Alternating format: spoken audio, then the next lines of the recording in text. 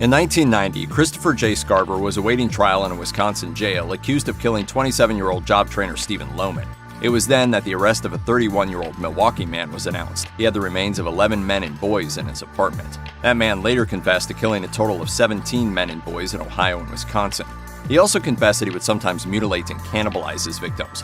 Scarver came to know serial killer Jeffrey Dahmer much like the rest of America via the news. But Scarver got to see more of Dahmer than most people. Both men were convicted murderers serving out life sentences together in the Columbia Correctional Institution outside of Madison.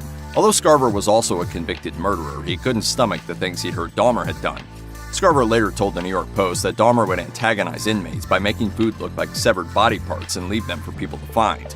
Scarver said he kept his distance from Dahmer until 1994.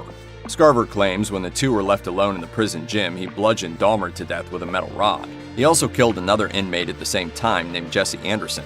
According to what Scarver told the New York Post, Anderson and Dahmer antagonized him, so he killed them. Scarver initially pleaded not guilty of the prison murders, claiming insanity. At his first court appearance, Scarver entered the courtroom singing. Rain or shine, sharing your dreams, your heart and your mind. But he later changed his plea to no contest.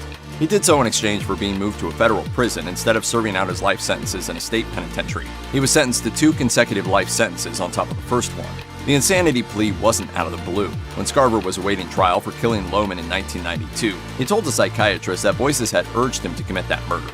Specifically, he said it was the voices of a family, a mom and a dad, a boy, and a little girl. Scarver shot Lohman in the head 4 times, then made a manager write him a check for $3,000. He also stole the manager's credit card. Scarver went to his girlfriend's home, where hours later, police found him sitting on the stoop of her apartment. He had the check, the credit card, and the gun he used in the murder in his pocket. Scarver told the psychologist he'd never been in trouble with the law or even been in a fight. He said the voices of the family told him everything was going to be all right and it was meant to happen like this. The New York Times reported that he said the voices also told him, quote, "I'm the chosen one." Scarver has been in jail or prison since he was about 20 years old. According to his webpage, he was placed in solitary confinement for 18 years after killing Jeffrey Dahmer and Jesse Anderson. But he, quote, "earned his way out and into a medium-security prison." When he was initially arrested for murder in 1990, his girlfriend was pregnant and gave birth after Scarver was sentenced.